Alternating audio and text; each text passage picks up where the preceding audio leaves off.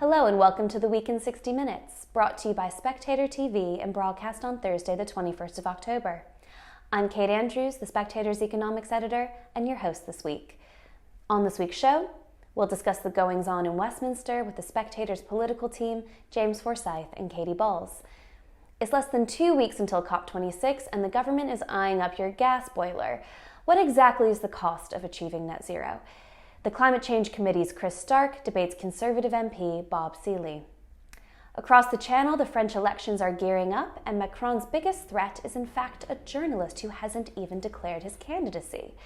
I'll talk to the Spectator's deputy editor Freddy Gray and our contributor Jonathan Miller about the growing intrigue around Éric Zemmour. Lionel Shriver will also join the show to discuss the best way to deal with people trying to cancel you in light of what's happened to the American stand-up comic Dave Chappelle. And I'll speak to Melanie McDonagh about our modern dependence on mobile phones. Before we get going, if you enjoy Spectator TV, you should subscribe to our YouTube channel. Just click the red button at the bottom of this video and tap the bell icon to make sure you never miss an episode. And why not subscribe to the Spectator magazine too? You can get 12 weeks of the magazine and a free £20 Amazon voucher for just £12. To take up the deal, go to spectator.co.uk/TV. First up, let's take a look at what's happening in the world of politics.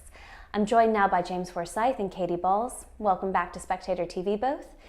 To start with you, Katie, COVID, I'm sorry to say, is once again a big topic in Westminster. After a month or two of it taking a backseat to other issues, the Health Secretary Sajid Javid gave a COVID press conference yesterday where he didn't trigger Plan B, which includes the return of masks and possibly vaccine passports, but he did issue some stark warnings. Talk us through it.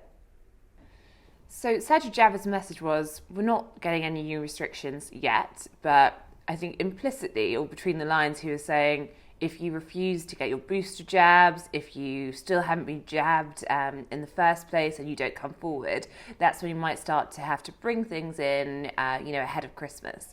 So while it was clear the government does not want to move to its Plan B, I think there is a sense that it's not been ruled out entirely. And we're also hearing reports, if you look at various ways the papers are covering this, that the Cabinet Office is considering a Plan C. Number 10 has said it's completely wrong to suggest they're considering it, but the idea is that plans are being drawn up, say Plan B wasn't enough. So I think we're back in the territory of COVID being to dominate the news again. Those debates between the scientists and the politicians playing out, this time NHS chiefs warning that action needs to be taken. And for now, the government is holding tight, but they're going to come under more pressure if the case numbers continue to go up, and that impacts hospitalizations and deaths. James, some of our viewers will understandably be slightly confused that the narrative has returned to get your jab or freedom may be taken away, because vaccine take-up, broadly speaking, in the UK has been very good. Well over 90% of adults are estimated to have antibodies, and based on the data we currently have, the vaccines are working, significantly weakening the link between infection and severe illness. So why are these calls from some for restrictions to return so loud? I think the worry is about waning immunity, that the data from Israel suggests that over time the vaccines become marginally less effective. Now, the drop in efficacy isn't huge, but you replicate that drop in efficacy across the entire most vulnerable cohort and you have a problem, especially because we have a health service which its efficiency is that it runs at very near to capacity all the time. A winter crisis is not an unusual thing in the NHS. And so I think there is that concern. And I think the other concern is that you are not seeing the public they're not coming forward for their boosters, but people aren't jumping with the alacrity that they did first time round. And I think one of the big questions here is, I think one of the reasons the government has changed its tone so dramatically is if you basically tell people that COVID is serious still, that it isn't over yet, will that prompt more people to go and get their booster shots, more people to urge their 12 to 15-year-old kids to get vaccinated? And then I think the second thing, which is an intriguing question, is how self-regulating will the public's behaviour be? For example, Freedom Day, I think in the week after Freedom Day, travel on London transport actually declined rather than increased because people were very worried about high case numbers, and so decided to stay home, minimise their social contacts, to reduce their chance. Now, this is the crucial question. Were they doing that to reduce their chances of infection, or were they doing that because they were very worried about the so-called pingdemic, that they would come in contact with someone who was positive and have to isolate for 10 days? That requirement has now lifted. And I think the big question is, we will find out how self-regulating the public's behaviour is when people are not so worried about getting pinged by test and trace. Now, Katie, it's been almost a week since Sir David Amess was murdered. What has the mood been like in Westminster? Are MPs demanding more protection? So the mood in Parliament is sombre. I think lots of MPs are still coming to terms with what happened last week. We had a debate on Monday, which actually was a approaching warm debate. Lots of nice anecdotes about colleagues' memories of Sir David Amess. But I think now, obviously, the conversation has moved to how you can prevent something like this happening in the future. I think the more that debate goes on, the more it's clear that there is no simple solution. So we've been hearing calls for David's Law. This is the idea of cracking down on social media companies, on anonymous, troll accounts to prevent harassment.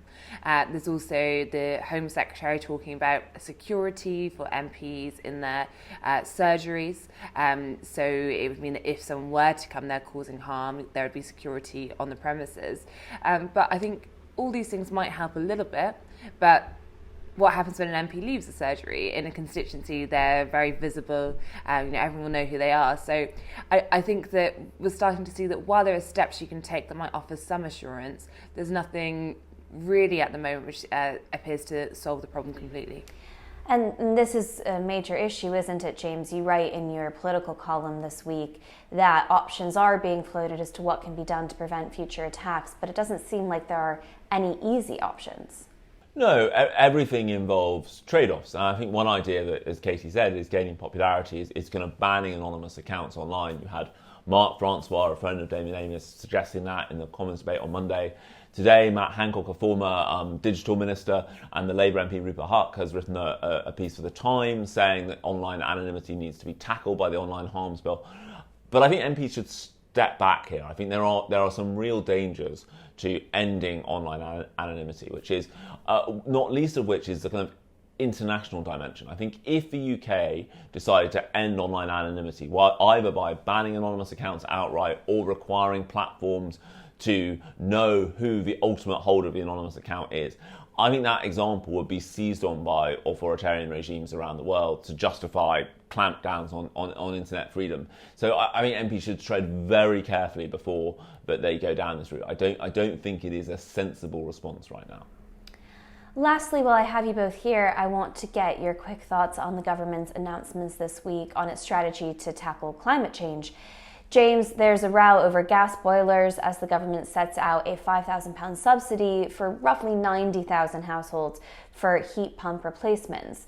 What's the mood in the Tory party like since all these announcements have been made? So I think that these announcements have not been, to use a phrase in the energy mix, the response has not been as nuclear as some might have expected. I think because the plans are not that specific, and it's also not clear that gas boilers will be outlawed at any point. It's just it's the aim is that that people wouldn't be purchasing them after this point. I don't think you've seen as furious a response from some of the Tory MPs more sceptical of net zero than you might have expected if this had been a more draconian policy. But I think these debates about the cost of net zero, about the right energy mix in the transition, aren't going to go away. And they're obviously complicated by the current energy crunch at the moment. I think one of the big things that you will see is a renewed push for nuclear, and people arguing that the government should go much further and much faster on these small modular reactors, and that this is a way of both guaranteeing energy, ensuring security of supply. And, the argument is coming, and I think the government should accept this, that, you need to treat nuclear as a green form of energy. Katie, these strategy documents on how we're going to achieve net zero have been released in the lead up to COP26, which is now just around the corner. Of course, in addition to these documents, we also have the Treasury's Net Zero Review, which didn't put a final price tag on how much net zero is going to cost, but it's quite clear from the document that it is going to be a pricey endeavour. Do you think we're going to see increasing discomfort from Tory MPs in the coming weeks about how much this is going to cost? Or are they going to rally behind the Prime Minister as he goes into COP26 and presents his strategy on the world stage?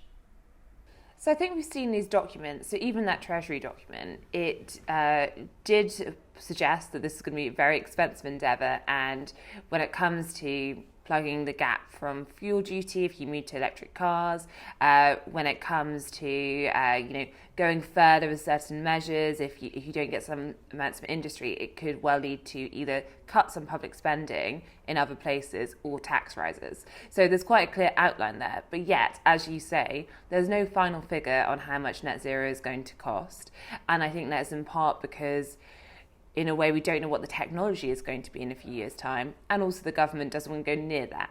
And we're also hearing that the Treasury cost analysis was perhaps slightly watered down in its redrafts because Number 10 are nervous about a backlash. So I think in these green documents we've had this week, although you do have Tory MPs, many of whom I would say are the usual suspects sounding alarm, there's enough of a fudge going on that you're not going enough into specifics. I think Number 10 have purposely tried to trod this middle path where they're talking about their aims. When you scratch the surface, there's nothing that definite. You don't really at the moment have to get rid of your boiler by the day, even if you're really supposed to manage to avoid a big blow up ahead of COP26.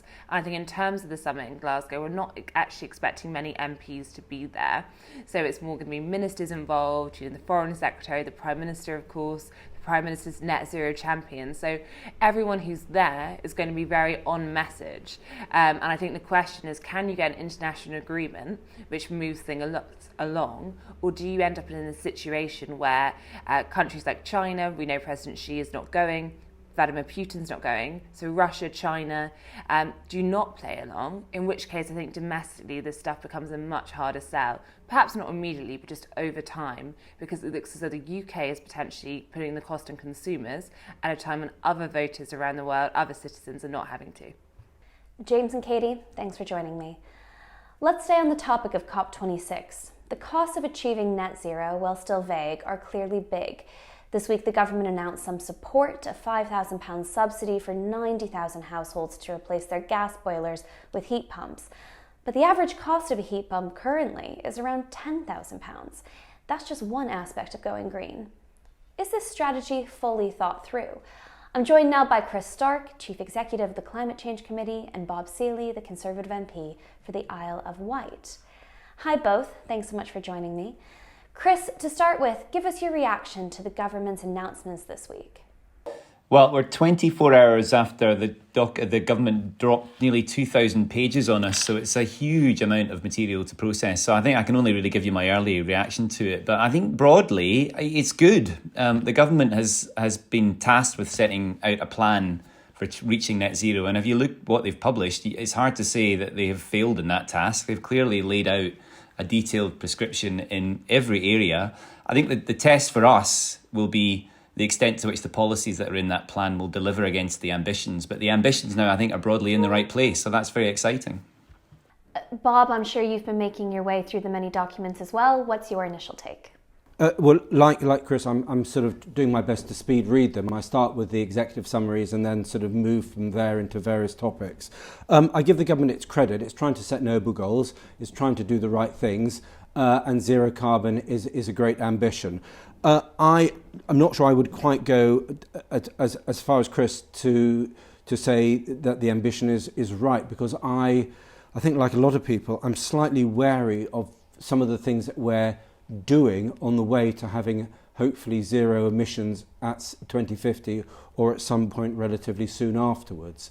And my concern is not with the government's intent, because its heart's in the right place, and I think Boris, as the Prime Minister, had a very strong leadership on this, but our ability to deliver and our ability to effectively align common sense with some of these policies, because I think some of us, and not just myself, have concerns about that. And I suppose the political fear is that we are going to confront a reality where we can't deliver on this stuff. It's going to get very expensive and it's going to get very politically unpopular.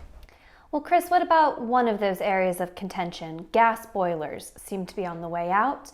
We know that this tried and tested and cheap form of heating our homes is carbon emitting. But is the alternative feasible anytime soon? Only last month you were saying that heat pumps are not yet ready for mass market. Yeah, I did say that, and I stand by that, because at the time what I was referring to was the fact that they are expensive. They're expensive. There isn't an installer community of any great size in this country, and we haven't done it at scale. Now, if you look across the water in a place like Germany, they're doing 1 million a year with similar climate, not the same climate, but a similar climate. They'll have a different housing stock, but their own challenges there. But we see around the world that heat pumps are a viable technology.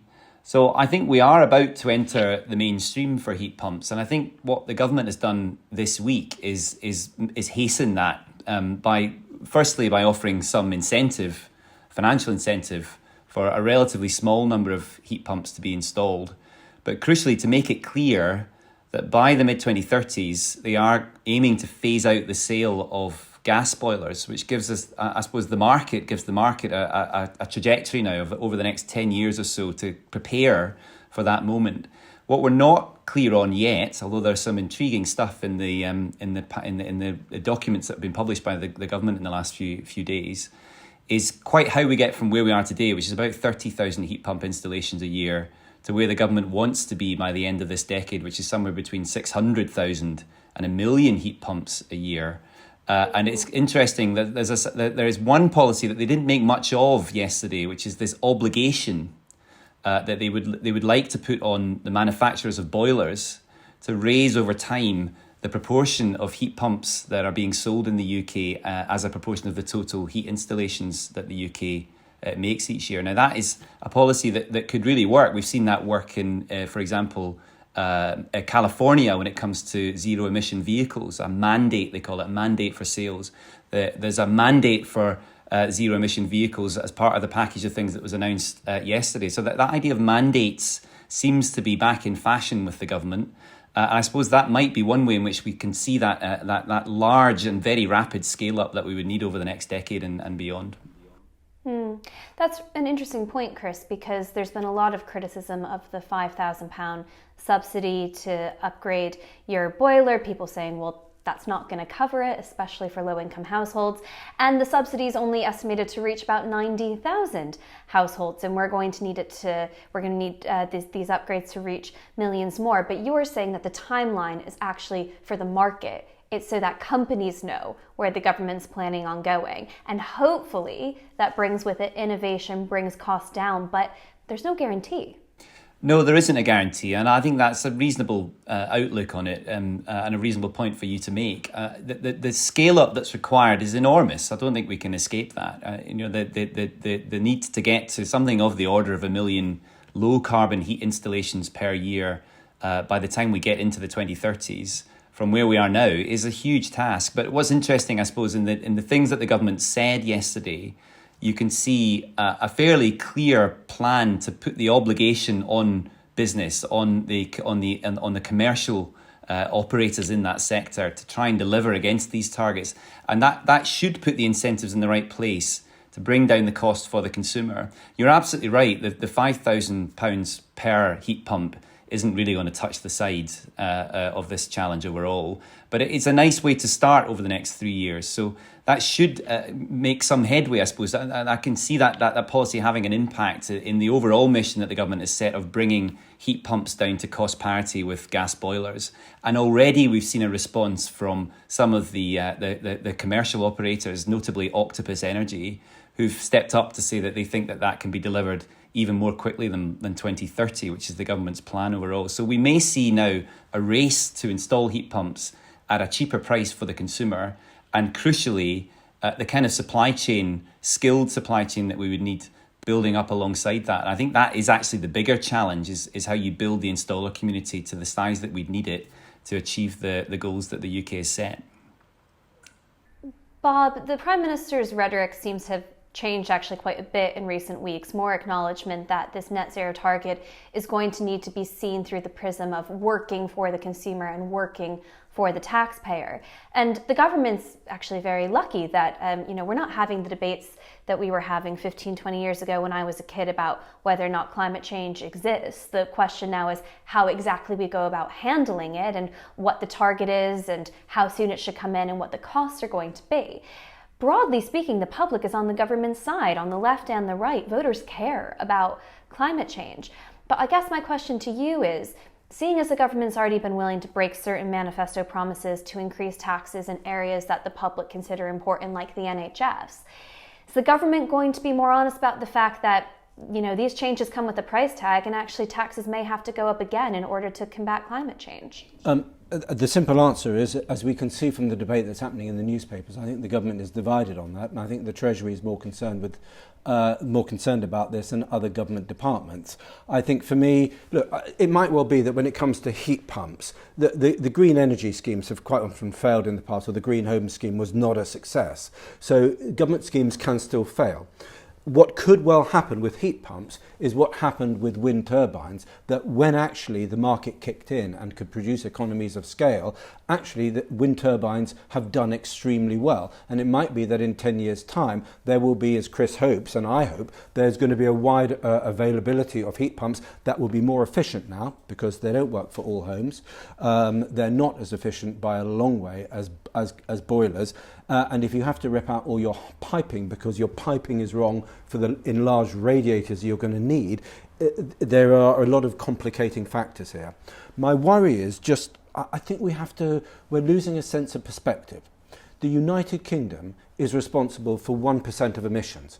And yet somehow we're told that because we have historic responsibility, because the Industrial Revolution started here, that we have a responsibility to go further, faster than other people. I'm sorry, I just don't buy that argument. If you got rid of every bit of carbon that we emitted in this country, you'd go down from 100% to 99%. And as long as countries like China are emitting 30%, are responsible for 30% of emissions a year, I just think we've got to have a sense of proportion, and we've got to drop some of the sort of quasi-religious fervour with which we're approaching this issue. We could decarbonise completely. It is not going to save the planet. So we have to have a sense of realism about what we can do and how we go about it. One other example, Kate, the government turned down, or the committee responsible turned down the Shell's development of the Jackdaw field in the North Sea. We are hoovering up natural gas from other suppliers. Germany is largely dependent, between 30 and 50%, depending on the figures, depending on the type of fuel, from Russia. It is better for us, even if we're still emitting, to be producing our own gas and potentially supplying Europe than have the environmental and, frankly, security hazard of that gas coming from other states that, frankly, care much less about climate change than we do. Chris?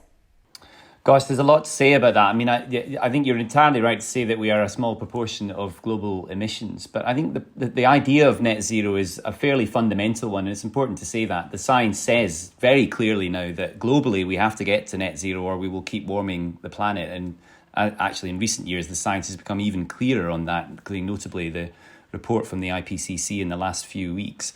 Now, I suppose the point here is that there is an argument to say that there's a historical legacy and that the UK should address that with an early date for net zero. But it's not the argument I would make. I mean, I think the argument for net zero is that since the world is on that journey, there are Chris, huge economic benefits to it. So actually setting that target and then aiming for it will create the new kind of markets, the new industries that will be benefits to the people living in this country and in this transition. And I think that's the argument that the government has made in the net zero strategy that we saw published yesterday. It's also the argument that China and others seem to have accepted by wanting to supply into that market. Now, China is one of the countries that has set a net zero goal for 2060, as has the US, as has the EU. So there is another argument here about the trading bloc that's within that net zero goal. And we're definitely in it and amongst the lead of it. And maybe the last thing I'll say is on energy security. Of course, net zero itself buys the UK much greater energy security by being dependent on the very plentiful electricity supplies that we can have from renewables, we will be more energy secure, and nuclear in that mix too. So we are much less exposed to the kind of imported price fluctuations, imported fossil fuels that we are exposed to at the moment. I'm sorry, Chris, just with great respect to you, on that last point, for example, that is only true in 20 or 30 years' time, provided we actually grip the modular nuclear reactors and build a lot of them, provided we increase wind power, provided we do stuff like invest in tidal wave power, so power from waves rather than lagoons. But actually, for the next decade, for the next potentially 20 years, we are giving up energy security. You look at Germany, and look, I'm with you in spirit, but it's just about getting there and actually having common sense here. If you look at Germany, they have given up. They're shutting the last of their 17 nuclear power stations next year. They are importing and using their own lignite brown coal. They've gone from being the clean man of Europe to the dirtiest man in Europe. They are effectively paying for Russian rearmament, potentially for Russia to re-invade Ukraine or to try to invade Ukraine again in the next year or next 5-10 years. And because we are becoming increasingly dependent on gas fields outside the UK, we are actually undermining our security, including our energy resilience and our energy security, because we're not continuing to invest in our own gas fields. It's the same argument, Chris, that I could make about the idiocy of offshoring your manufacturing to China and then claiming we're becoming greener. Half our emissions, as you well know, have come from, out of all our emission cuts, half have come from shutting down coal-fired power stations, a very good idea, provided we have replacements. Half have come because we've just outsourced our industry to China and generally and to other countries in that neck of the woods. And they are going to decarbonise much more slowly than us. So this whole process of virtue signalling, an almost narcissistic sort of virtue signalling about our own moral purity, is actually coming at the expense of making a potentially adversarial states, A, richer, and B, making the world dirtier because they are not taking the same attitude to climate change as we do. So when you say our security, we're better off, we are in 20 or 30 years' time. For the next decade, for the next 15, 20 years, we're actually endangering our security as well as exporting jobs to other countries and potentially adversarial states. It is a policy that could have been written by the Russians and the Chinese rather than Whitehall. Chris, I want you to come back to any point that Bob made there and have your say. But I also want to ask you about this short-term versus long-term trade-off and the gains that are to be made, because we're in the midst now of an energy crisis. The cost of living crisis is looming over so many people in the UK. There's really no getting around that. And lots of people are saying, well, nuclear can be the solution in 7-8 years' time, maybe 10 years' time. It can make the transition much more comfortable. But others are saying, well, too little, too late. How is that going to help us now? How do we get the balance right here without having to roll back the progress that has already been made in the UK in trying to get to net zero, while still acknowledging that this is a very difficult time for a lot of people who would benefit from their bills going down? Well, I mean, there's again lots to say about that. I mean, I think if just as Bob has acknowledged, if we would like to have the kind of energy security that we will have in 20 years' time through the policy of approaching net zero, then we have to start on a journey somehow. I mean, I think every year we build out that domestic capacity for generating the energy that we use, every year we get closer to that goal. So I would say that is as good a time as any to start. Now, the other point I would make is that we have indeed done a lot by decarbonising our power sector. We've also become much more energy efficient as an economy. The outsourcing of manufacturing happened quite a long time ago now. Actually, you don't see that in the stats. And in fact, the gross value added we get from manufacturing has been growing over time. So there is a chance here to be decarbonised as a country and to have decarbonised industry, but we can't just have that overnight, and we will need, crucially, policy to drive some of that and to protect British industry from the cost of that decarbonisation. Now, I don't think we can duck that is a major challenge that sits here. It relates to the other challenge that you ask about the cost of living. And I'm not going to dress it up. There are costs in this transition. I think the aggregate position is a very positive one, where you have a very large investment to make as an economy, but a growing saving from those investments as we decarbonise. But this is a big challenge for the government. I'm not going to deny it. And the answer that we got from the government yesterday in the net zero strategy is that they want to put the onus on on commerce and on business to bring down the cost of this transition, alongside limited public spending to protect those who can least afford it from those costs. And it remains to be seen whether that strategy will work. I'm quite interested to see what the Chancellor will say in his spending review and his budget next week. I think that's the piece that we haven't yet seen that sits alongside the net zero strategy, but it's a huge challenge. I accept that. Bob, last question to you. To use your words, these virtue signaling policies, which you say could have been designed in Russia or China, have indeed come from your very own government. So are these the words that you would put to your Prime Minister as well as to viewers on Spectator TV? Well, I mean, I'm fairly blunt speaking, so people can, take it or leave it. I thank Chris for his honesty in this, because these are noble ambitions and nobody is doubting that. But I just think our desire to set an agenda and actually deliver the reality of it is not coupled up. And Chris is he's saying, he's got the honesty to say it, so thank you to him, because there is going to be a big price. And if we're not going to have that threat from Labour, because their stance is going to be similar. But actually there are going to be a lot of people in the country who are going to be coming worse off, because this is going to cost our businesses and it's going to cost people as well.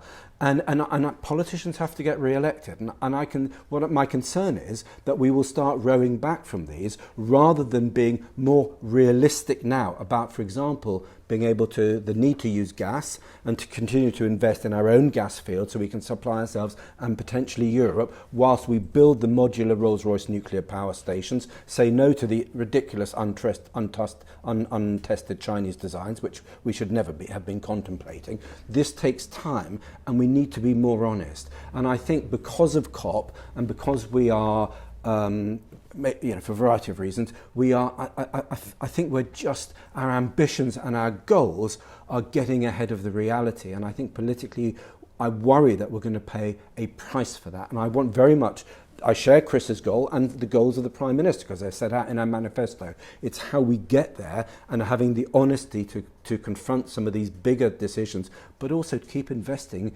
in gas in this country rather than import it from much more unstable and more unfriendly states. Chris and Bob, thanks for joining us. Next, this week's cover story, Plan Z, looks at an up-and-comer of French politics, a controversial journalist by the name of Éric Zemmour. He's already polling higher than Marine Le Pen, but his critics accuse him of being a far-right candidate and often compare him to Donald Trump. So who is Zemmour? Freddy Gray, the Spectator's deputy editor, pens this week's cover story, and he joins me now alongside Jonathan Miller, who writes about a Zemmour rally he attended last week. Freddy, tell us about Éric Zemmour, who hasn't even declared his candidacy yet. Well, it's a bit of a joke, really, that he hasn't declared his candidacy, because everybody knows that he's running, and he appears to have quite a sophisticated operation behind him. And the reason we at The Spectator know about this is because of the brilliant Jonathan Miller, who's about to start talking.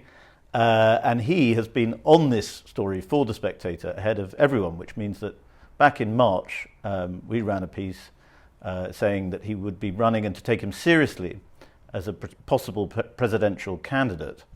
And when Jonathan first suggested it, I thought this seemed a little bit eccentric and a little bit out there, but he's been proven brilliantly right, because Zemmour is emerging as a very serious presidential candidate.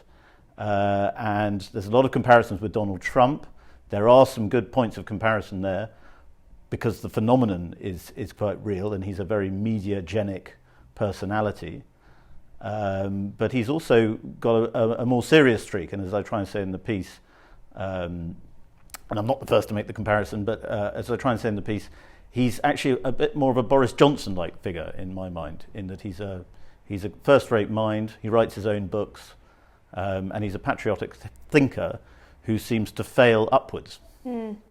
Well, we'll come back to his ideology and these comparisons, certainly. But first, Jonathan, as Freddie says, you've been writing about Zemmour for the magazine for months now. He's a journalist turned politician. You recently attended one of his rallies. What was it like? It was amazing. I went down to Béziers on Saturday night, which is the ancient winemaking capital of Occitanie, here in the south of France, to the Zinga Zanga Theatre, where I found an hour and a half before his speech was even scheduled to begin, a vast crowd of people stretching around the whole building.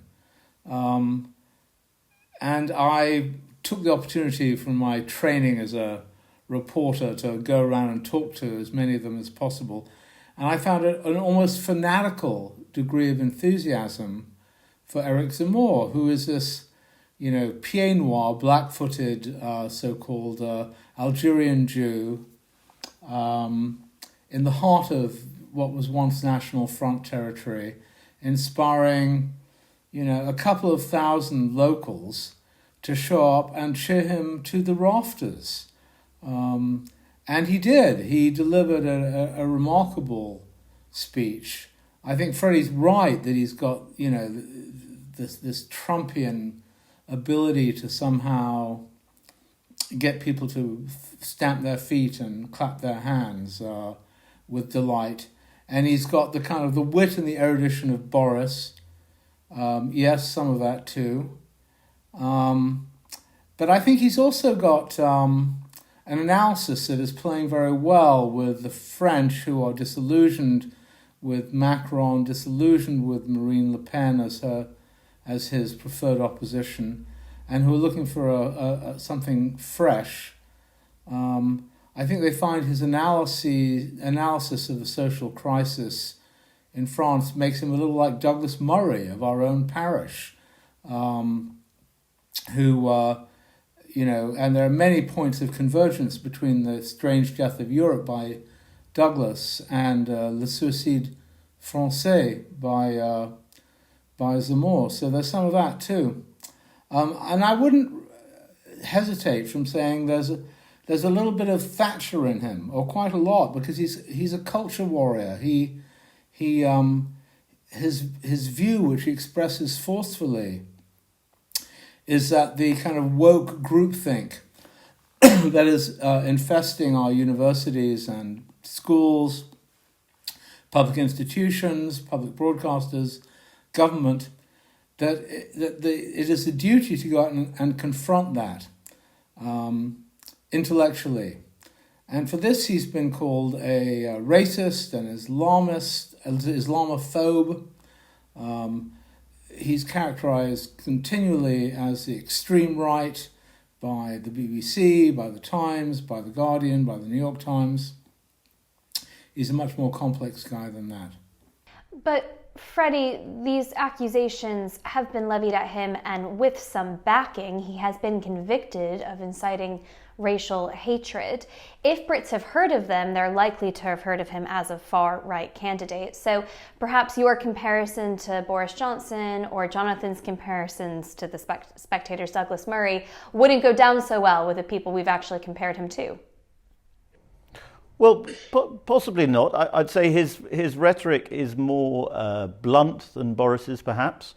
But he just like Boris, he has a back catalogue of articles and books that anybody could pore over and find lots to be offended by. He said a lot of very provocative and shocking things. But we are now living in a slightly different political moment, I think, now, where politicians can succeed, not in spite, but because they say shocking and provocative things. And it makes people sit up and take notice, and it makes the media engage with them. And what's very interesting with those sort of media reactions to Zemmour, and particularly the foreign media reaction to Zemmour, foreign to France, is that they have this strange thing of being angry about how interested they are in him. So you see a lot of articles berating publications for showing so much interest in him, which is quite a funny dynamic. But it's how a lot of populists succeed, and it seems to be how Zemmour is causing so much aggravation and interest in this presidential race. Jonathan, on that point, Zemmour is now leading Le Pen in the polls. What is it about his ideology that's winning out? I think a lot of Le Pen voters are aware that the Le Pen brand has overrun its course. Her father lost, I think 5 elections. She's lost 2 on the hop. She's kind of an idiot. She was eaten alive by Macron in the debates last time. Her economic policy is incoherent. She's attempted to make her party more centrist, but nobody believes it. She's hopeless, and she's lost basically half her support since June. She's gone from 28% to 12-14%, depending on the polls. But still, I mean, you might fundamentally disagree with her, or think that she's gone about what she wants to achieve the wrong way. But I mean, to say she's an idiot, I mean, she has been quite influential in French politics. She's really put the pressure on. No, she hasn't been. She's been very convenient in French politics for ensuring, as the Fifth Republic was designed to ensure, that the moderate centrist, moderate rightist gets in power, and this is how. And so her entire track record is one of failure. She, the Front National, or the Rassemblement National, didn't win a single region in France, not one in the most recent regional elections. Even her militants, even people I know who have supported her in the past, say, aside from anything else, she's a loser. But, as for, the idiot charge, I'm really happy substantiating that. I just refer people to the videos of her debate with Macron, where her absolute incoherence on the future of Europe and France's role in it was he crushed her bones and made his bread. She's terrible on television. I would add one thing to what Freddy said of what we're waiting for. We're waiting to see if Zemmour can attract the 500 sponsorships he needs to get on the ballot. We're waiting to see if Zemmour can raise the 15 million or so euros he needs to mount a credible campaign and pay people. And we're also waiting to see where he emerges on the really fundamental issue in France, which is the EU. Because in 2005, the French voted by 55% not to sign the constitution. The government ignored them and implemented it anyway, calling it the Lisbon Treaty. And this is a fault line in French politics which still exists, and on which I think Zemmour is likely to find himself on the side of those saying the 2005 referendum. Well, he's saying the 2005 referendum needs to be rerun. Now, if he means it, he's saying we can reintroduce referendums into French politics, and politicians are going to have to trust the people to make decisions. This could be very, very revolutionary. So maybe we're in a kind of one of those not infrequent French, pre-revolutionary, revolutionary periods, or maybe we're not. I mean, to be realistic, Macron, has still got the money. He's still got the media. He's still got control of the institutions. So he's still the favorite. But Zemmour is the flavor of the month, and we're on it. Freddy, as Jonathan says there, Zemmour is in no position to come in and sweep the election. Macron is still comfortably in the lead, and Zemmour has the odds stacked against him. But let's take Jonathan's charge that Le Pen has been convenient for French politics. Is Zemmour the one who's going to come in and really shake things up? Well, I think it is hard to say. I mean, his campaign is still embryonic. The people behind it still call it a pre-campaign. So it's yet to be born, really. But I think it clearly has a lot of momentum behind it and a lot of interest and enthusiasm, which is not something you can say about Marine Le Pen. And to repeat, Marine Le Pen has always had the baggage of her father and the baggage of her name. She's never quite been able to cast that off. Zemmour does not have that, and he will be called anti-Semitic even though he's Jewish. He will be called racist. He will be called a fascist and a Nazi. And it may be that a lot of this will stick to him because he has said so many provocative things in the past. But for now, it looks like he's got serious momentum behind it. Freddy and Jonathan, thanks for your time. Another week, another online controversy. This time, the focus is on American comic Dave Chappelle, who makes jokes about the trans community in his latest Netflix show. It's led to a staff walkout at Netflix, and the co-CEO of the company has apologized for his handling of the situation. What should you do when the online mob comes after you? In this week's magazine, Lionel Shriver shares her tips, having been subjected to a fair few attempted cancellations herself. She joins me now. Thanks for joining Spectator TV, Lionel. First, can you tell us about Dave Chappelle? Who is he and why is he in trouble? He's a black comedian. He's incredibly popular, I think for good reason. He's good at his job. He's American. And he's done a series of specials for Netflix. The one before the one that's out now, the previous one is called Sticks and Stones, was pretty hard on the transgender community, and I think said community, if that's really what it is not accustomed to people telling jokes about them, and they reacted very badly. So Dave Chappelle got a reputation as a transphobe. In the latest special, The Closer, which was recently released this month, he doubles down. So rather than decide that material got him into trouble, he'd better avoid it, he went even more controversial on this stuff. And I don't have any objection to that. In fact, I think strategically that's pretty sound, because that means, you're saying that you're not intimidated and you will tell jokes about whomever you wish. So, however, my column is critical of his special on another front, also on the strategic front. And that is because I found the performance quite defensive. In some ways, he wants to have his cake and eat it too. He wants to be able to tell really risque, potentially offensive jokes about trans people, and at the same time, he wants them to like him. I don't think you can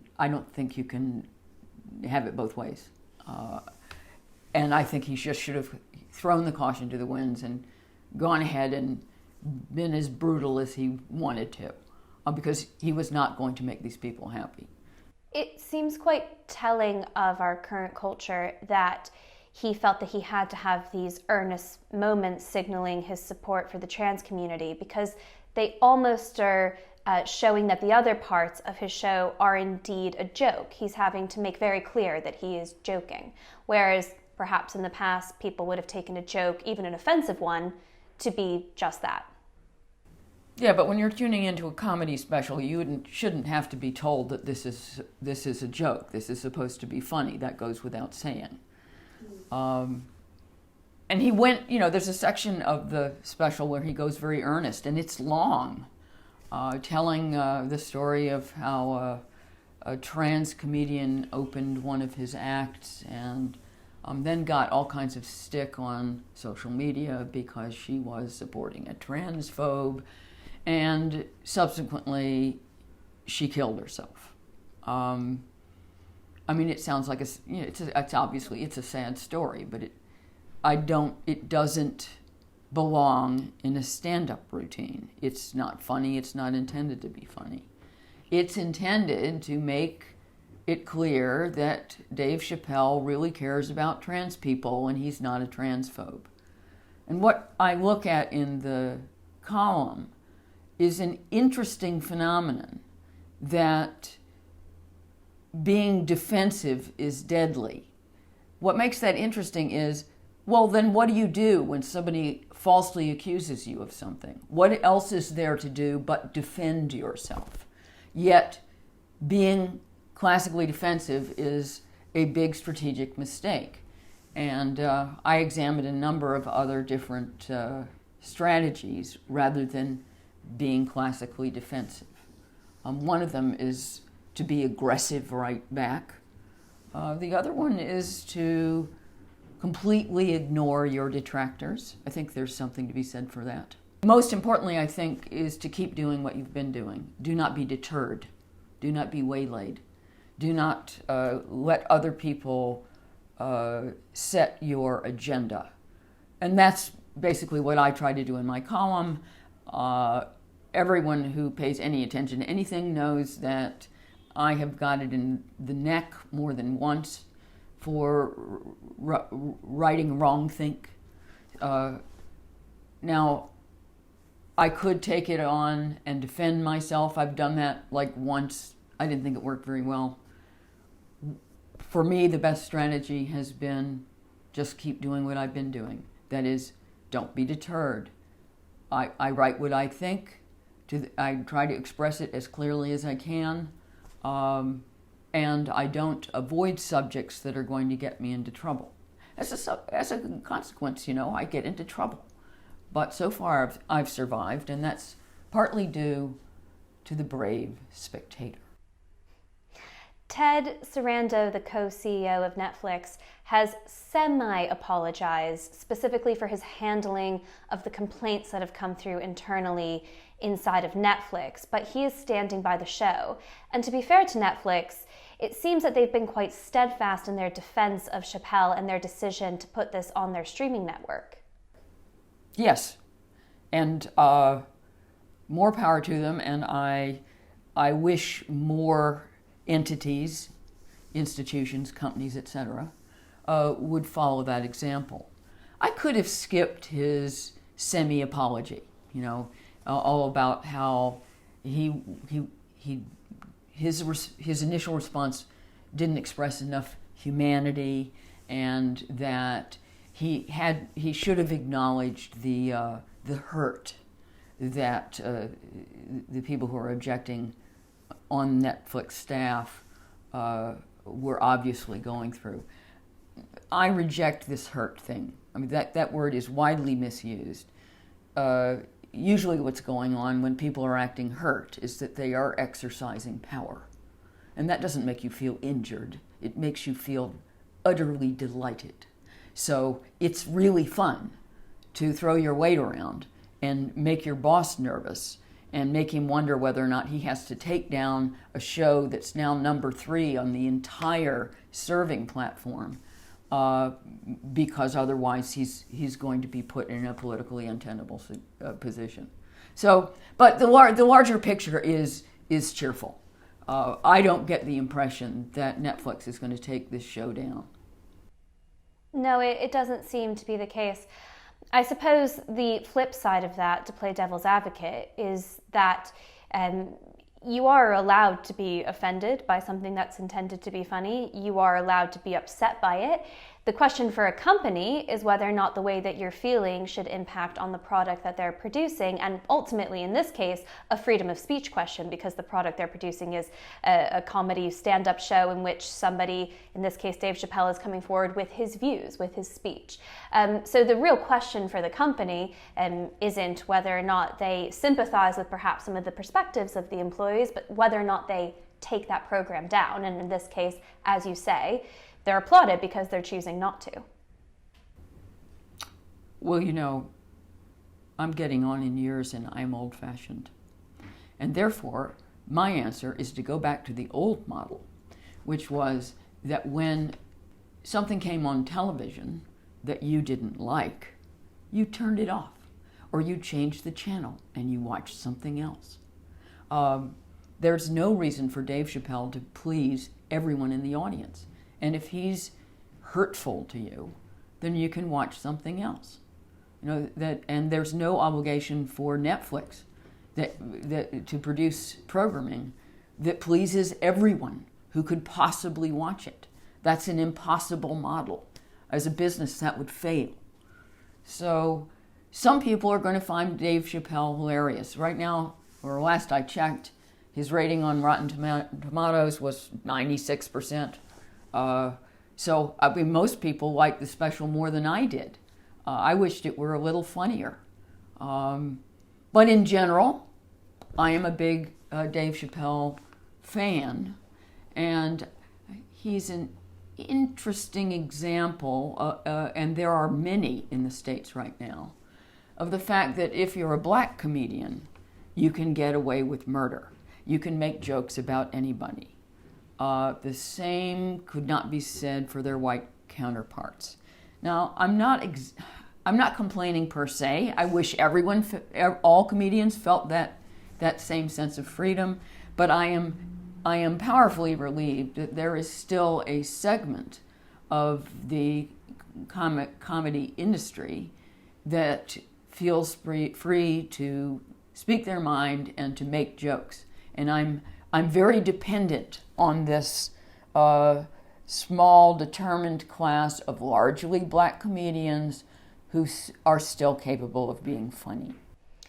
Lionel, my last question to you is whether or not this cancel culture and the segment of it can sometimes cynically become positive PR. I can imagine that some of our viewers may now go away and watch Chappelle's show on Netflix, perhaps not having heard of him before. Oh, sure. It works a treat.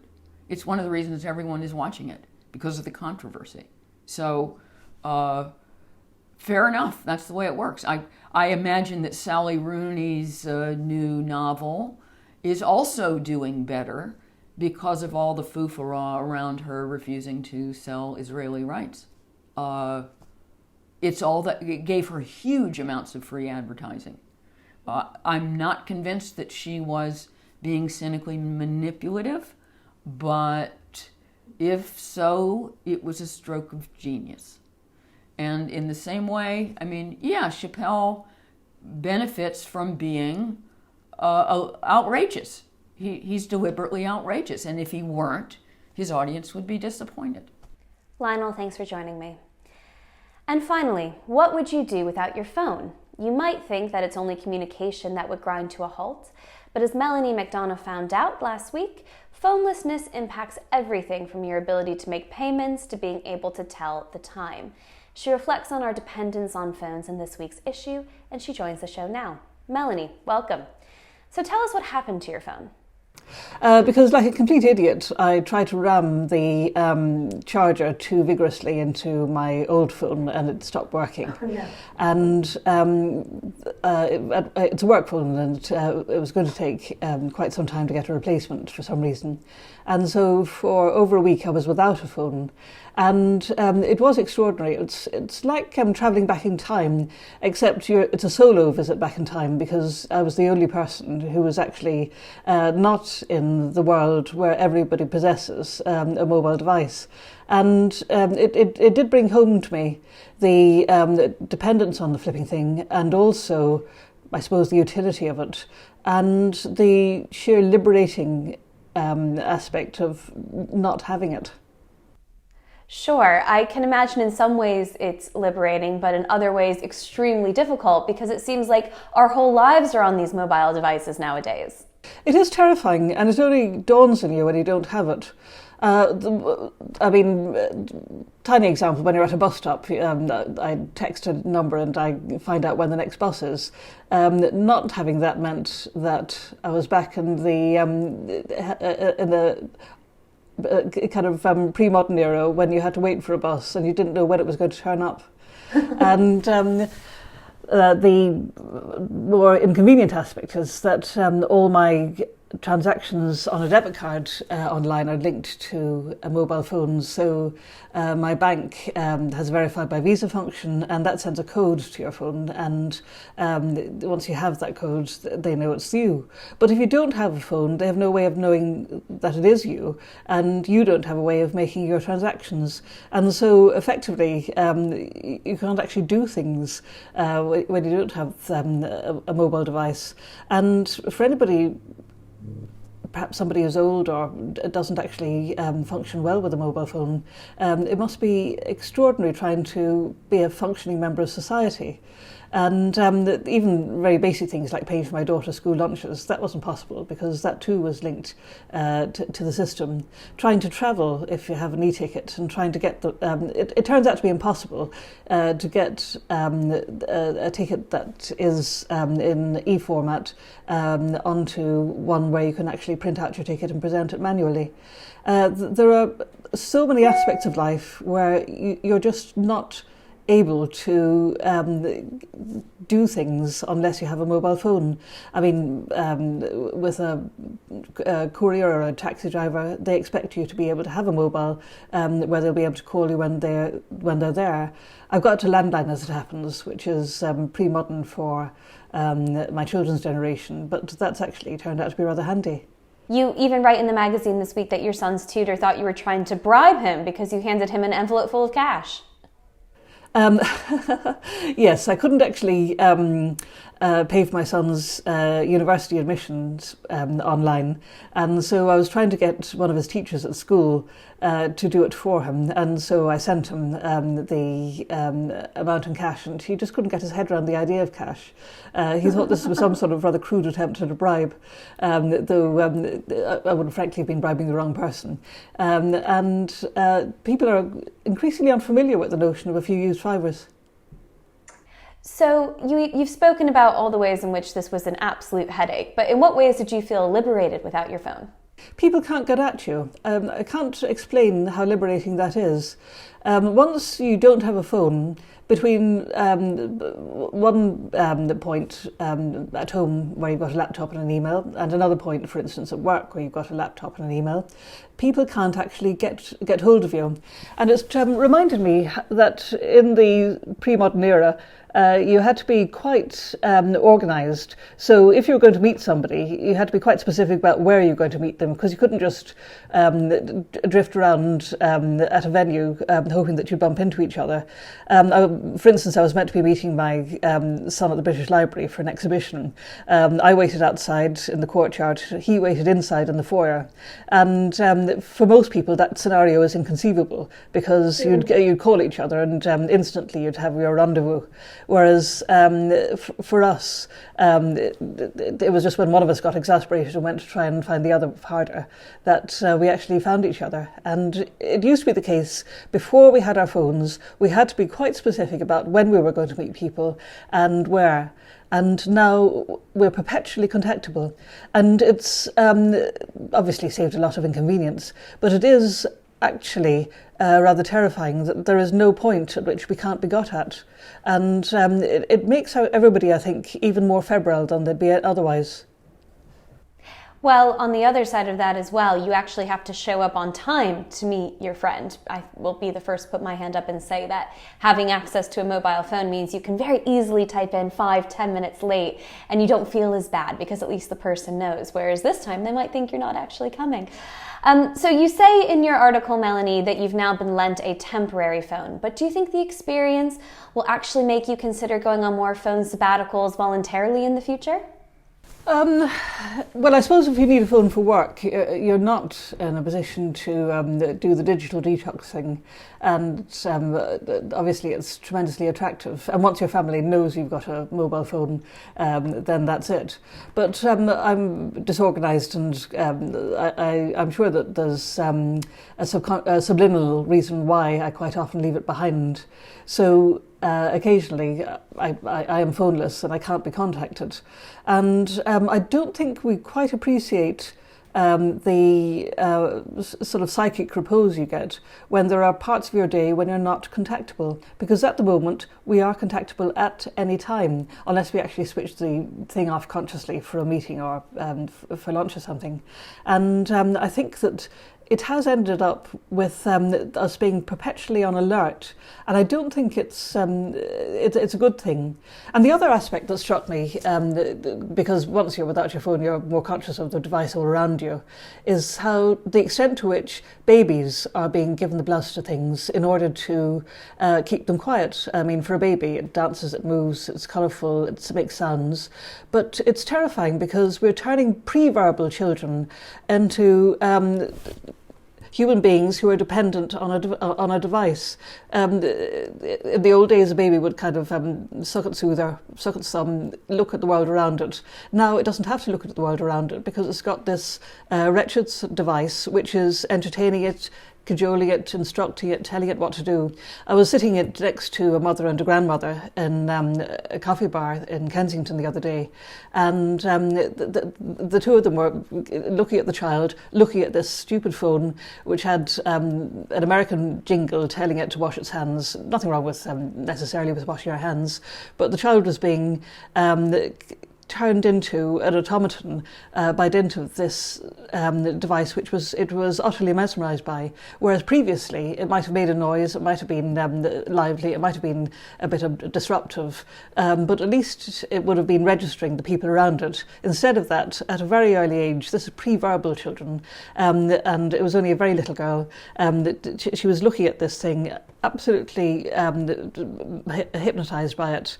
And I don't think that Bill Gates's grandchildren are going to be allowed anywhere near a device, at least until they're able to cope with it psychically. But I've got an awful feeling that people who are less kind of literate about these things and less alert to the dangers will be turning their entire generation into these children who can only be pacified by moving images, by a device, by a screen. And I think it's terrifically dangerous.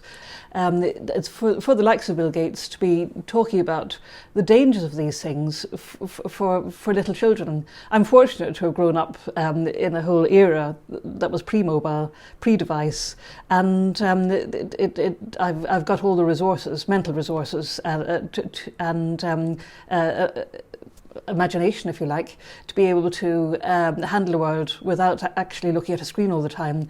But I think that we're creating a generation which is going to be unable to function without it. Melanie, thanks for joining Spectator TV. And that's it for this week. If you enjoyed this episode, don't forget to subscribe to the Spectator's YouTube channel so you never miss out. Just click the subscribe button at the bottom of this video and tap the bell icon. Thanks for watching, and do join us again next week.